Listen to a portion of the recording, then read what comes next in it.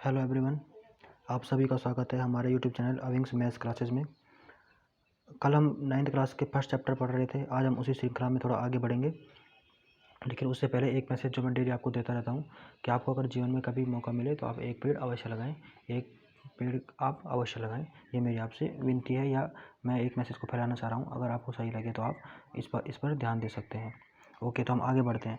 सबसे पहले आज हम पढ़ेंगे, कल हमने रेशनल नंबर्स पढ़े थे, तो आज मैं आपको बताऊंगा पहले इरेशनल नंबर्स के बारे में। इरेशनल नंबर्स होते क्या हैं, अपरिमेय संख्याएं होती क्या हैं। इरेशनल नंबर्स, इरेशनल नंबर्स क्या होते हैं, आज हम सबसे पहले इसके बारे में पढ़ेंगे। ओके, अपरिमेय संख्याएं क्या होती हैं। तो पहले हिंदी मीडियम वाले ध्यान दें। सबसे बेसिक परिभाषा तो इसकी यही होती है, सबसे बेसिक परिभाषा तो इसकी यही होती है कि जो नंबर परमेय संख्याएं नहीं होती हैं तो वो उल्ट क्या होंगी, फिर अपरमेय संख्याएं होंगी। अपरमेय संख्याएं मतलब ऐसी संख्याएं, सबसे बेसिक डेफिनेशन इसकी यही है, ऐसी संख्याएं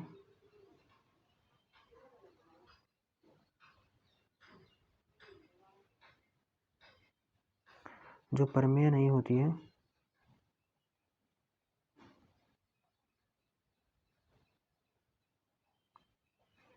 नहीं होती है, अपरमेय संख्याएं कहलाती हैं। तो इसकी शॉर्ट डेफिनेशन हो गई, शॉर्ट छोटी सी डेफिनेशन, ये अपरमेय संख्याएं कहलाती हैं।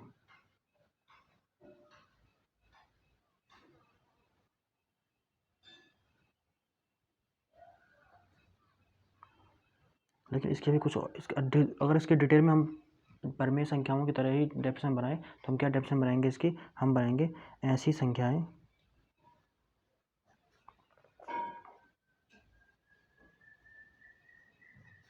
जिन्हें पी अपॉन क्यू की फॉर्म में नहीं लिखा जा सकता है, जिन्हें पी अपॉन क्यू की फॉर्म में या के रूप में, ठीक है, की फॉर्म में या के रूप में नहीं लिखा जा सकता है, नहीं लिखा जा सकता है, जहाँ पी और क्यू पूर्णांक होते हैं, जहाँ पी एंड क्यू पूर्णांक होते हैं,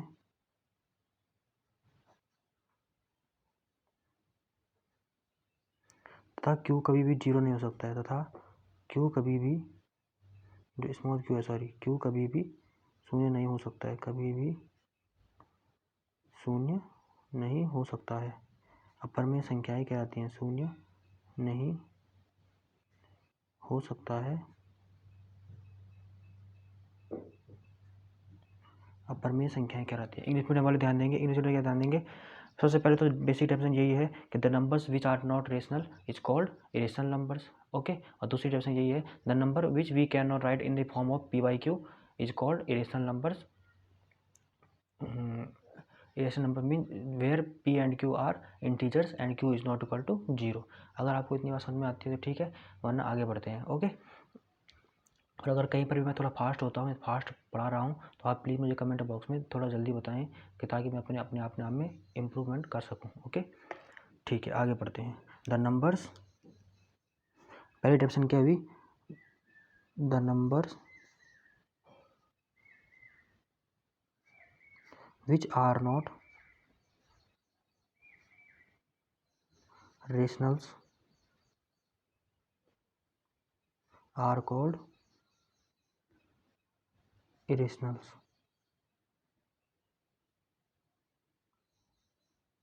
ठीक है, और दूसरी डेफिनेशन क्या हुई, the numbers,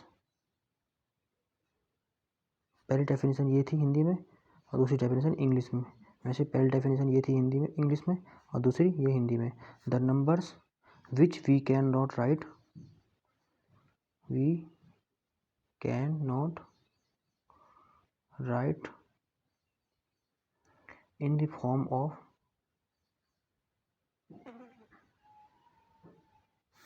p by q, where p and q are integer, where p and q are integers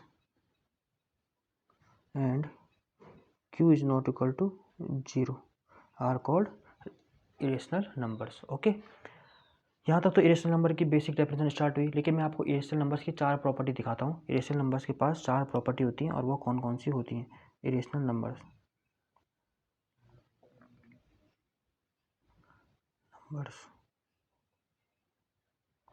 ठीक है, पहली प्रॉपर्टी है इनकी, इसको वन बाय वन समझाऊंगा भी आपको, लेकिन आपको पहले इनकी 4 प्रॉपर्टियाँ बताता हूँ। इरेशनल नंबर की 4 प्रॉपर्टियाँ कौन कौन सी होती हैं।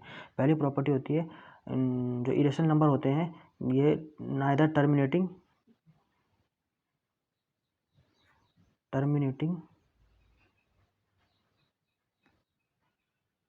नॉर रिकरिंग होते हैं। नॉर रिकरिंग या रिपीटिंग, बात एक ही है। ठीक है, रिकरिंग।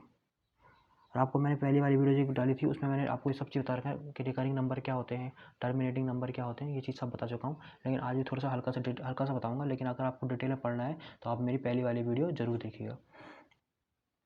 दूसरा होता है जिनका परफेक्ट स्क्वायर रूट नहीं होता है, not a perfect square root.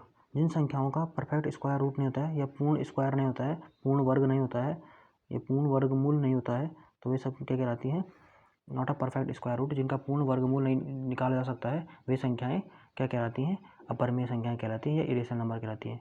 Not a perfect cube root, जिनका हम घनमूल भी नहीं निकाल सकते हैं, जिनका हम परफेक्ट रूप से क्या नहीं निकाल सकते हैं, घनमूल भी नहीं निकाल सकते हैं। Not a perfect cube root is called irrational number, अपरिमेय संख्या। Third, pi is an irrational number. जो पाई होता है जिसकी वैल्यू आप देखिए 22/7 निकालते हैं और वैसे का निकालो 3.14 निकालते हैं, तो ये पाई है। ये पाई भी क्या होता है, एक इरेशनल नंबर है। ठीक है, अब मैं आपको 2 टर्म सिखाता हूँ कि नाइदर टर्मिनेटिंग और नॉन रिकरिंग होता क्या है। देखो ये कुछ नहीं है, छोटी सी बात है ये भी। अगर मैं आपको सपोज कहूँ कि पहले तो बताऊँगा रिकरिंग नंबर क्या होते हैं।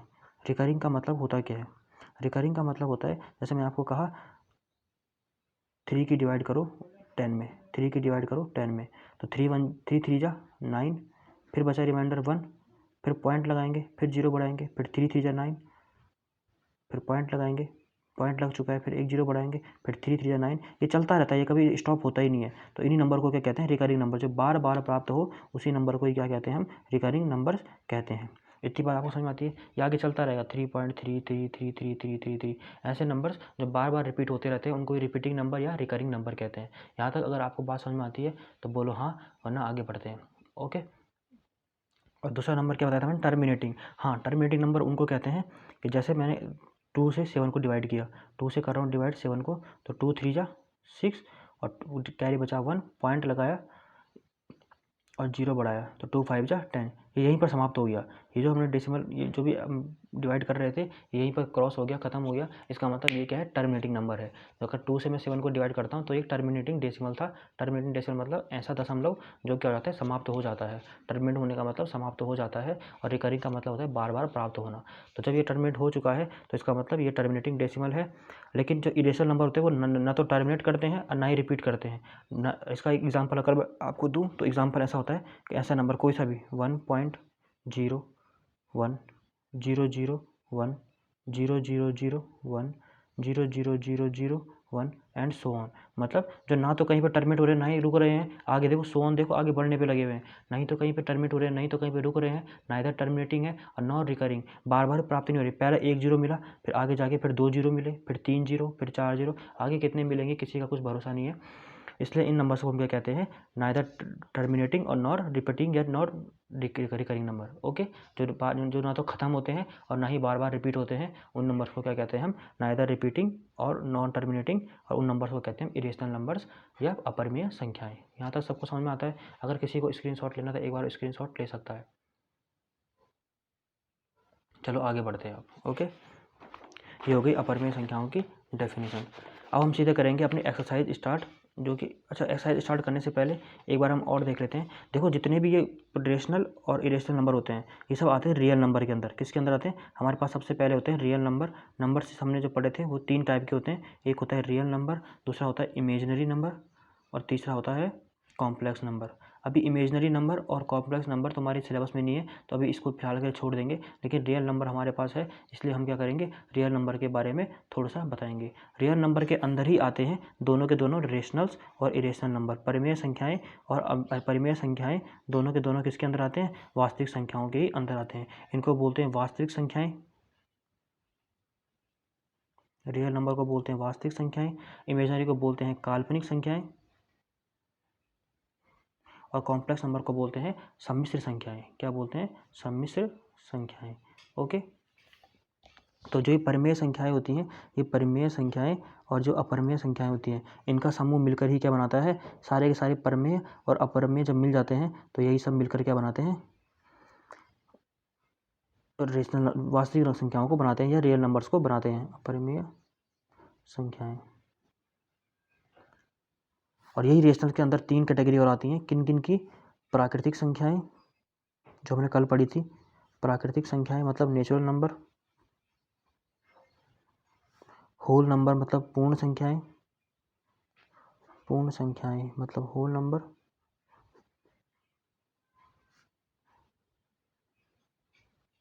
Whole number. और थर्ड वन आता है इंटीजर्स, पूर्णांक। थर्ड वन क्या आता है? इंटीजर्स, पूर्णांक। वो भी सब किसके अंदर आते हैं? इन्हीं परिमेय संख्याओं के अंदर आते हैं।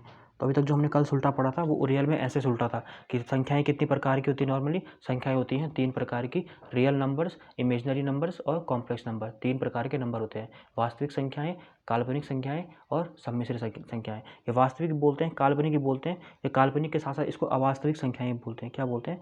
अवास्तविक संख्याएं भी बोलते हैं। लेकिन अभी आपके सिलेबस में ज़्यादा डिटेल में नहीं है, इसलिए अभी इसको इग्नोर करेंगे और केवल वास्तविक संख्याओं पर ध्यान देंगे। अब वास्तविक संख्याएं भी 2 प्रकार की होती हैं, एक होता है परिमेय संख्याएं और एक अपरिमेय संख्याएं। जो रियल नंबर्स होते हैं वो 2 टाइप के होते हैं, एक रेशनल्स और दूसरा इरेशनल्स। ओके, और इसके बाद जो अभी इरेशनल नंबर भी हमारे पास था नहीं, इरेशनल नंबर की मैंने 4 प्रॉपर्टी को बता दी, वही 4 प्रॉपर्टी इरेशनल नंबर की लगती हैं कि ये कभी भी क्या होता है? Neither repeating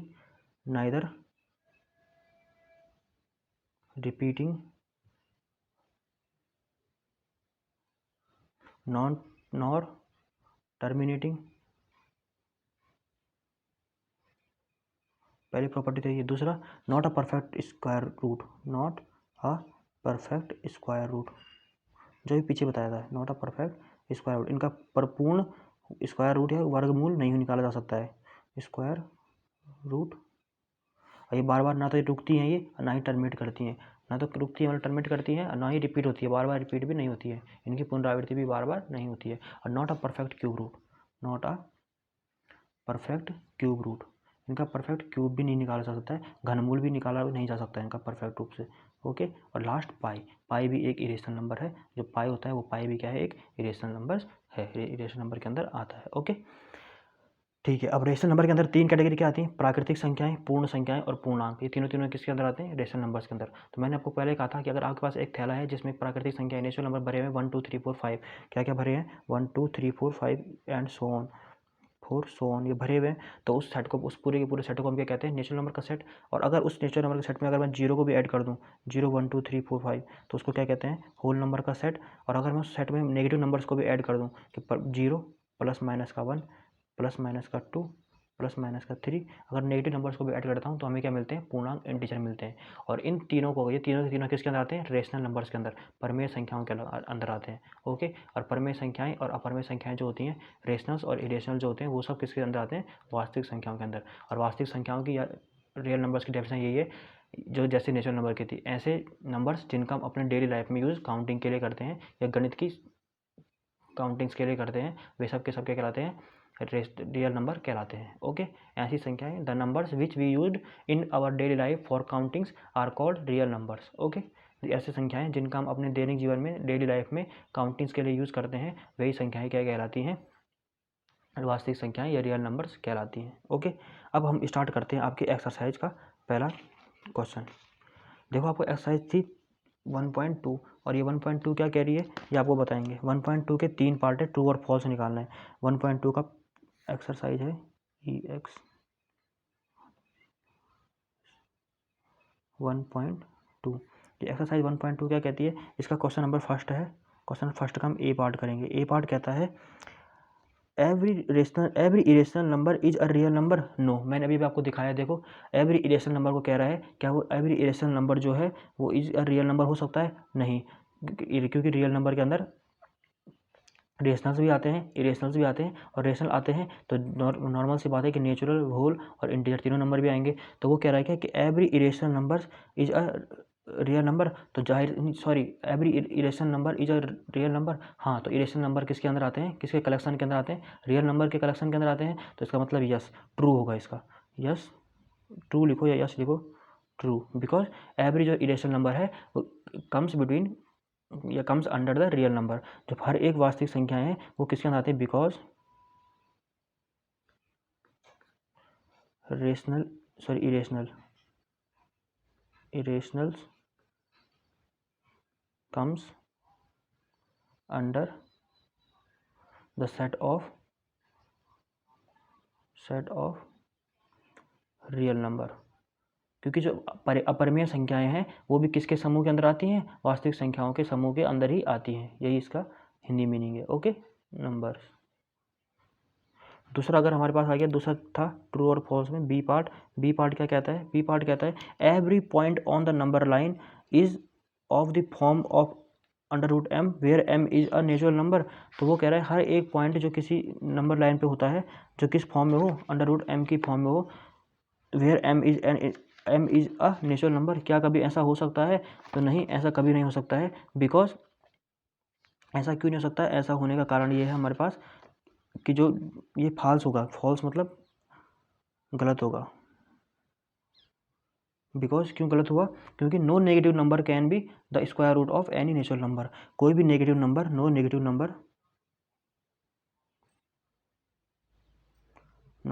number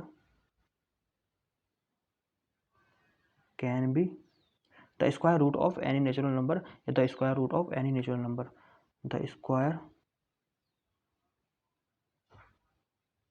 root of any natural number, उसने कहा था m एक नेचुरल नंबर है, लेकिन किसी भी नेचुरल नंबर का स्क्वायर रूट कभी भी कोई ऋणात्मक संख्या नहीं हो सकती है। नंबर हिंदी मीडियम वाले ध्यान दें कि फॉल्स गलत क्यों हुआ, क्योंकि no negative number can be the square root of any natural number. जो m को कह रहा था कि m एक नेचुरल नंबर है, तो कोई भी ऋणात्मक संख्या जो होती है वो कभी भी किसी नेचुरल नंबर का स्क्वायर रूट नहीं हो सकती है। ठीक है, भी इसका आंसर था। और सी पार्ट क्या कहता है, सी पार्ट कहता है every real number is an irrational number. तो no, for example 2 is real but not irrational. Okay, ये कह रहा है every real number is an irrational number, तो ये होगा फॉल्स। हर एक जो रियल नंबर है, हर एक रियल नंबर है वो इरेशनल होगा, बिल्कुल नहीं। देखो, हर एक जो रियल नंबर है वो कभी इरेशनल हो सकता है, नहीं, रेशनल भी हो सकता है, प्राकृतिक संख्याएं हो सकती हैं, नेचर हो सकता है, होल हो सकता है, इंटीजर हो सकता है। तो क्या लिखेंगे हम, नो, फॉल्स। और बिकॉज आंसर में क्या लिखेंगे, because 2 is a rational number या 2 इज अ नेचुरल नंबर, कुछ भी लिख लो, बात तो एक ही है, नेचुरल नंबर। और 2 is also a real number, 2 is also a real number, main लिखो 2 is also a real number. ना क्यों लिखा हमने फॉल्स लिखा, गलत है, क्योंकि because 2 is a real number, 2 एक क्या है, रियल नंबर है लेकिन इरेशनल नहीं है। 2 एक क्या है, रियल नंबर तो है लेकिन इरेशनल नंबर नहीं है। अगर किसी को यहाँ तक कोई स्क्रीनशॉट खींचना है तो वो खींच सकता है, वरना हम आगे बढ़ते हैं क्वेश्चन नंबर सेकंड पर। ओके, क्वेश्चन नंबर सेकंड क्या कहता है,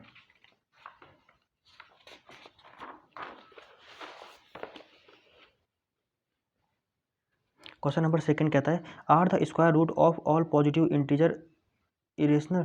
हर पॉजिटिव, क्या लिखा है इसने, are the square root of all positive integer is irrational, if not give an example of the square root of a number that is rational number. ठीक है, वो कह रहा है क्या हर पॉजिटिव, क्या कहा इसने, are the square root of all positive integers irrational. हर पॉजिटिव इंटीजर का जो स्क्वायर रूट होता है क्या वो इरेशनल होता है। तो हम क्वेश्चन नंबर 2 का आंसर लिखेंगे no, because all the square root of a positive integer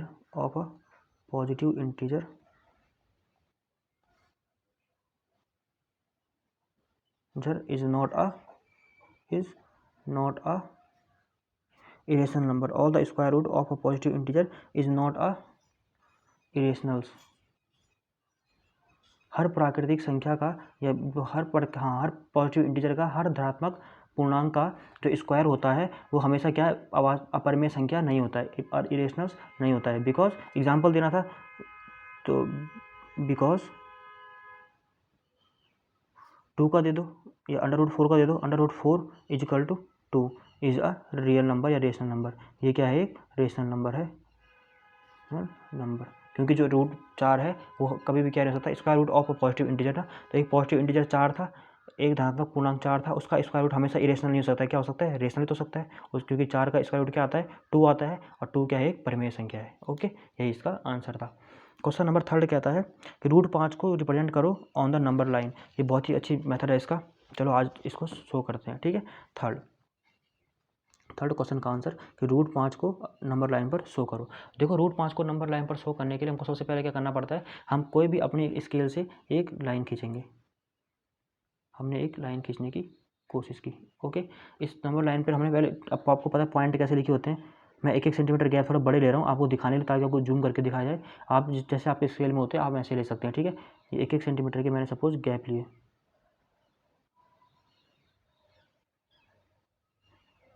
ये है 1, ये इससे आगे था 0, 2, 3, 4, 5, 6 और 7। तो हमने क्या किया, सपोज मेरा यहाँ से, अगर मैं इसको यहाँ से लूँ, 0 यहाँ पे है मेरा और 1 यहाँ से लिखा है, ठीक है। 1 मैंने यहाँ से लिखा है, 1, 2, 3, 4। इसको दोबारा ही करते हैं, इसको एक बार दोबारा करके स्टार्ट करते हैं। क्वेश्चन नंबर जो 3 था उसका आंसर मेरे पास ऐसा आएगा कि उसने कहा है कि रूट 5 को आप क्या करना है, नंबर लाइन पर शो करना है। तो कर देंगे रूट 5 को नंबर लाइन पर शो। सबसे पहले एक नंबर लाइन खींचो, हमने एक नंबर लाइन खींच दी। उसके बाद वो कहता है कि उस पर नंबर डालो। मैंने आपको दिखाने के लिए थोड़ा दूर दूर डाल रहा हूँ, 0, 1, 2, 3, 4 एंड 5 तक डाल देते हैं। ओके, 5 तक। तो हम सबसे पहले क्या करेंगे, हमने 0 से लेकर 1 तक कितने सेंटीमीटर लाइन खींची है, 1 सेंटीमीटर की एक लाइन खींची। ओके, इस लाइन की लेंथ है 1 सेंटीमीटर। तो हम क्या करते हैं, एक परपेंडिकुलर डालते हैं एक पर और 1 सेंटीमीटर की एक और लाइन खींचते हैं। 1 सेंटीमीटर की एक और लाइन खींचते हैं, पर जो कि परपेंडिकुलर है क्या, बेस पर, ठीक है। हमने खींच दी 1 और सेंटीमीटर की एक और लाइन। अब हमने क्या किया, O से 0 से इस सेंटर को, इस लाइन को, इस परपेंडिकुलर को मिलाने की कोशिश की मिलाने की कोशिश। तो अब हमको क्या लिखे, यहाँ पे हम लगाएंगे पाइथागोरस थ्योरम। क्यों, क्योंकि हमें 1 सेंटीमीटर की लाइन यहाँ मिल गई, 1 सेंटीमीटर की लाइन यहाँ मिल गई, और हम यहाँ पे ये लाइन चाहिए, तो हम क्या लगाएंगे, पाइथागोरस थ्योरम का अब उपयोग करेंगे। तो पाइथागोरस थ्योरम क्या कहती है, पाइथागोरस थ्योरम कहती है हाइपोटेन्यूज का स्क्वायर, कर्ण का स्क्वायर बराबर होता है लंब का स्क्वायर, परपेंडिकुलर का स्क्वायर प्लस बेस का स्क्वायर, आधार का स्क्वायर। होता है, क्या होता है, कर्ण का स्क्वायर बराबर लंब का स्क्वायर प्लस आधार का स्क्वायर, यही होता है। तो हमें हाइपोटेन्यूज का स्क्वायर कैसे मिलेगा, हमें ये h चाहिए, हाइपोटेन्यूज चाहिए, तो कैसे मिलेगा, 1 का स्क्वायर प्लस 1 का स्क्वायर, बोले तो 1 प्लस 1 इज इक्वल टू 2। लेकिन एच स्क्वायर की वैल्यू 2 आई है, तो एच की वैल्यू क्या आएगी, स्क्वायर उधर जाके क्या बन जाता है, रूट बन जाता है। तो स्क्वायर की वैल्यू क्या आएगी, √2। एच की वैल्यू आ गई √2। इसका मतलब जो डॉट डॉट लाइन है, ये कौन सी लाइन है, √2 सेंटीमीटर की लाइन है। तो अब आपको क्या करना है, कंपास से आप जहाँ भी इस लाइन को मिलाएंगे, ये लाइन इसको मिलाएगी इस पॉइंट को, तो यहाँ पर क्या मिलेगा हमको, √2 मिल जाएगा। यहाँ इस पॉइंट पर क्या मिल जाएगा हमको, √2 मिल जाएगा। यही हमारा √2 होता है, ठीक है। अब हमें तो लेकिन √2 चाहिए नहीं था, हमें चाहिए था √5 तक। तो हमने क्या किया, फिर इस लाइन को इस पॉइंट से 1 सेंटीमीटर और आगे खिसकाया, एक परपेंडिकुलर 1 सेंटीमीटर का फिर से डाला। जब हमने 1 सेंटीमीटर का परपेंडिकुलर डाला 90 डिग्री का, तो हमने क्या देखा, ये वाली लाइन मिल गई हमें √2 सेंटीमीटर की, ये मिल गया 1 सेंटीमीटर का। और अब किससे ज्वाइन कर दिया, इसको ज्वाइन कर दिया सेंटर O से, ठीक है। सेंटर O से ज्वाइन करने के बाद क्या मिला हमको, एक इस पर दोबारा लगाएंगे हम पाइथागोरस थ्योरम लगाएंगे, तो दोबारा क्या मिलेगा हमको, कर्ण का स्क्वायर बराबर परपेंडिकुलर लंब का स्क्वायर प्लस बेस आधार का स्क्वायर। हाइपोटेन्यूज का स्क्वायर होता है परपेंडिकुलर स्क्वायर प्लस बेस का स्क्वायर। इसके लिए हाइपोटेन्यूज का काम कौन करेगा, ये वाली लाइन करेगी हाइपोटेन्यूज का स्क्वायर, ये हमको चाहिए।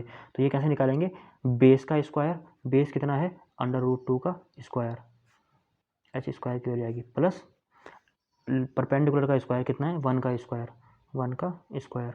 तो √2 का स्क्वायर से रूट कट जाएगा, तो √2 का स्क्वायर क्या होता है, 2 होता है, प्लस 1 का स्क्वायर क्या होता है, 1 इजिकल टू कितना आंसर है, 3। अब एच स्क्वायर की वैल्यू अगर 3 है, एच स्क्वायर की वैल्यू अगर 3 है, तो एच की वैल्यू कितनी आ जाएगी, √3, क्योंकि स्क्वायर वहाँ जाके क्या बन जाता है, स्क्वायर इजिकल टू के दूसरी साइड जाके बन जाता है, रूट बन जाता है। तो एच की वैल्यू आ गई √3। इसका मतलब जो ये लाइन है इसकी वैल्यू कितनी आ गई, √3। और इसको डिनोट कैसे करना है, इसको अगर आप कंपास से सीधा लोगे, यहाँ पे बिना कंपास के दिखाया जा रहा है, तो अगर कंपास से सीधी लाइन लोगे तो ये √3 कहाँ आएगा, कहीं ना कहीं इसके बीच में आएगा। ओके, अब लास्ट बचा हमारे पास ये वाली लाइन भी बच गई।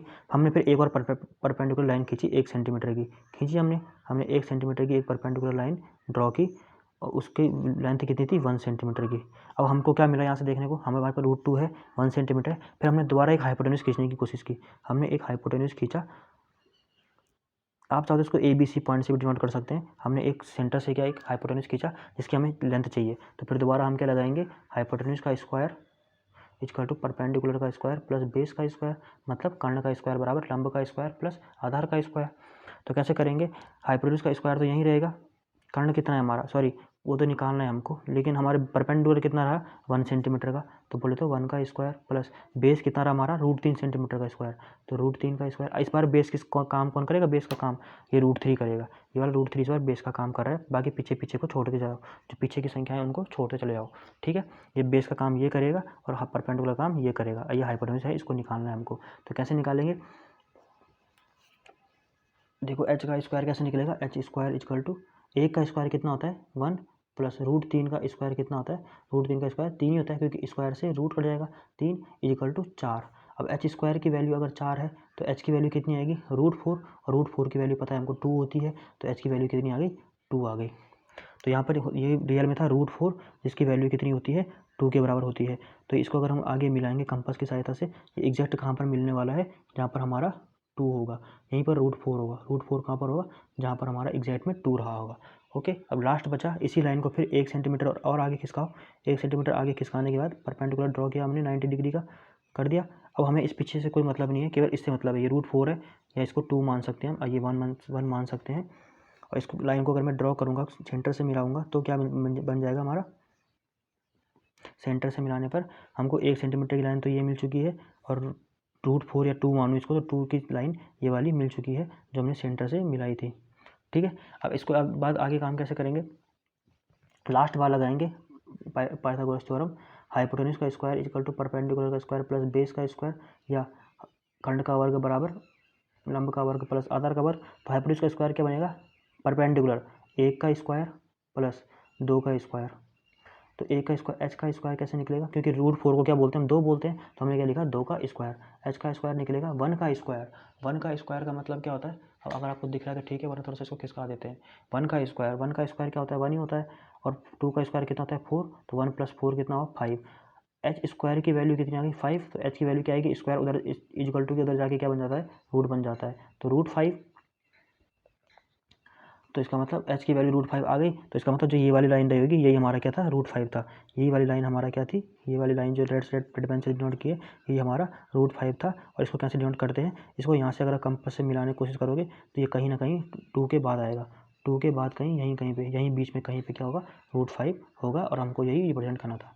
यहाँ तक अगर किसी बच्चे को कोई दिक्कत है तो बताएं, मुझे कमेंट सेक्शन में कमेंट कीजिए। और अगर पढ़ाने के तरीके में या किसी भी चीज़ में अगर किसी को स्क्रीनशॉट लेना पड़े तो स्क्रीनशॉट ले लीजिए आप।